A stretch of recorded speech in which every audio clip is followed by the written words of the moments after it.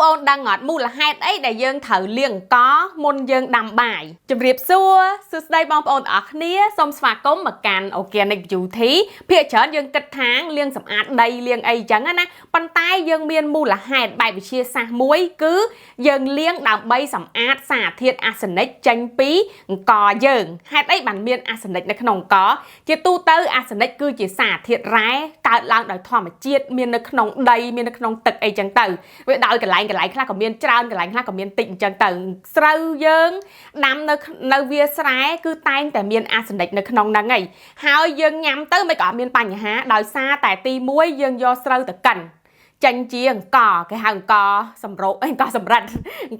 យើងហ្នឹងគឺសស្គុះស្អាតអញ្ចឹងផ្នែកមួយនៃអាសេនិកដែលមាននៅលើអាសបកស្រូវឬក៏នៅលើគ្រាប់អង្ករមួយចំនួនហ្នឹងគឺវាបានជ្រះចេញទៅហើយនៅពេលដែលយើងកិនវាក្រៅពីយើងកិនអង្ករសស្អាតហើយពេលដែលយើងដាំបាយហ្នឹងយើងលាងច្រើនទឹកទៀតមូលហេតុហ្នឹងគឺគេបង្ហាញថាចេះការលាងអង្ករហ្នឹងក៏ជាផ្នែកមួយដើម្បីសម្អាតសារធាតុអាសេនិកចេញពីអង្ករដែរដូច្នេះហើយទើបយើងតែងតែលាងអង្ករបងប្អូនដែលដឹងពីបញ្ហាហ្នឹងពីមុនមកអត់អាសេនិកហ្នឹងគឺជាសារធាតុដែលកើតឡើងដោយធម្មជាតិអញ្ចឹងមិនមែនឲ្យតែរបស់ធម្មជាតិសុទ្ធតែសុវត្ថិភាពទាំងអស់ឲ្យបងប្អូនចាំនៅក្នុង2007 2008នៅកំពង់ចាមដែលមានរោងជាច្រើនត្រូវបានបិទដោយរដ្ឋាភិបាលអត់ឲ្យប្រជាជនប្រើប្រាស់ទេដោយសារតែរោងទាំងអស់ហ្នឹងមានសារធាតុអាសេនិកខ្ពស់ហើយក៏អត់ដឹងដែរប្រជាជនប្រើអញ្ចឹងទៅរយៈពេលយូរគាត់កើតមហារីកស្បែកគាត់មានបញ្ហាមានការឡើងកទួលឡើងអីមិនកទួលឡើងក្រហមបែកដូចតំបៅអញ្ចឹងណាហើយមានបញ្ហាអំពង់កមានបញ្ហាសុខភាពជាច្រើនដល់ពេលក្រសួងចុះទៅត្រួតពិនិត្យទៅបានឃើញថាអូបញ្ហាទាំងអស់នេះគឺកើតឡើងដោយសារទឹកដែលគាត់ប្រើប្រាស់អញ្ចឹងហើយទៅគេបិទដងឲ្យគាត់ឈប់ប្រើអញ្ចឹងទៅក៏ដោះស្រាយបញ្ហាហ្នឹងអញ្ចឹងណាករណីមួយទៀតអង្ករសម្រូបហើយនិងអង្ករសម្រិតអង្ករសម្រូបអង្ករពណ៌ត្នោតយើងហ្នឹងគេហៅ brown rice អាហ្នឹងតាមរយៈការសិក្សាការធ្វើតេស្តជាច្រើននៅសហរដ្ឋអាមេរិកហ្នឹងគឺវាមានអាសេនិកខ្ពស់ជាងអង្ករពណ៌ស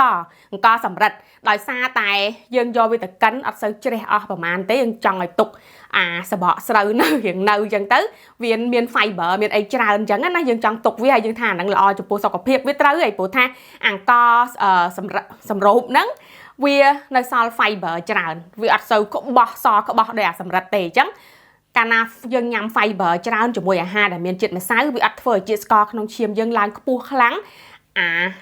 ពណ៌សឯងវាមិនខុសគ្នាប្រហែលទេតែវាប្រសើរជាងអញ្ចឹងណាប៉ុន្តែដោយសារតែវាអត់ជ្រះអាកាតិក fiber នៅជាប់ស្រូវហ្នឹងដែលធ្វើឲ្យមូលហេតុមួយគឺមានអាសេនិកខ្ពស់អាហ្នឹងគឺមានការសិក្សាច្រើនណាស់មានអ្នក content ច្រើនដែលគាត់ធ្វើពីបញ្ហាហ្នឹងដូចគ្នាខ្ញុំក៏ធ្លាប់ធ្វើពីបញ្ហាហ្នឹងដូចគ្នាដូច្នេះបាននៅអាមេរិកនៅអីគេអត់សូវឲ្យកូនក្មេងហ្នឹងហូបអាហារនេះទេអាសម្រូបទេដោយសារតែសម្រូបវាមាននេះជាងវាមានអាសេនិកខ្ពស់ជាងអញ្ចឹងណាបើខ្មែរយើងកាលពីសម័យឥឡូវគេចូលចិត្តហូបអាសម្រូបដោយសារគេថាល្អចំពោះសុខភាពជាពិសេសអ្នកទឹកនោមផ្អែមអ្នកអីចឹងទៅនៅស្រុកគេចូលចិត្តហូបអញ្ចឹងដែរតែបើសម័យមុនណាបងប្អូនដឹងអត់អង្ករសម្រូបហ្នឹងគឺសម្រាប់អ្នកដែលខ្ជិលអង្ករសម្រិតហ្នឹងគឺចំណាយកម្លាំងចំណាយពេលច្រើនណាគ្រាន់តែបុកវាចេញមកឲ្យសក្បោះអាហ្នឹងគឺគេថាយើងអាសា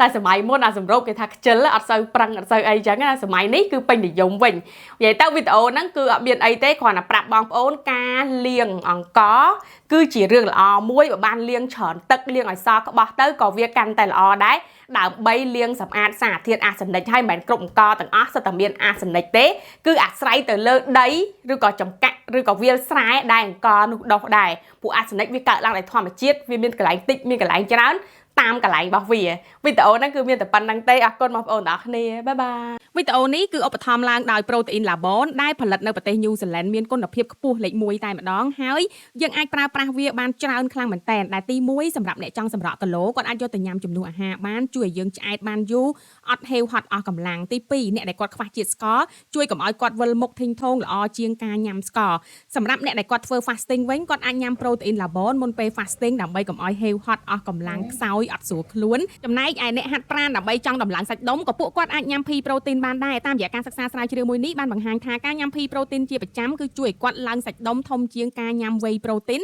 ហើយចាស់ដែលគាត់ហេវហត់អស់កម្លាំងខ្សោយអត់សូវមានកម្លាំងធ្វើការក៏គាត់អាចញ៉ាំ Protein បានដែរដើម្បីជួយឲ្យពួកគាត់មានកម្លាំងសម្រាប់អ្នកចង់ឡើងគីឡូវិញគឺគាត់អាចយក Protein ទៅញ៉ាំបន្ថែមពីលើអាហារដែលគាត់ញ៉ាំរាល់ថ្ងៃដើម្បីជួយឲ្យគាត់ឡើងគីឡូហើយ Protein យើងគឺញ៉ាំបានទាំងក្មេងទាំងចាស់តែម្ដង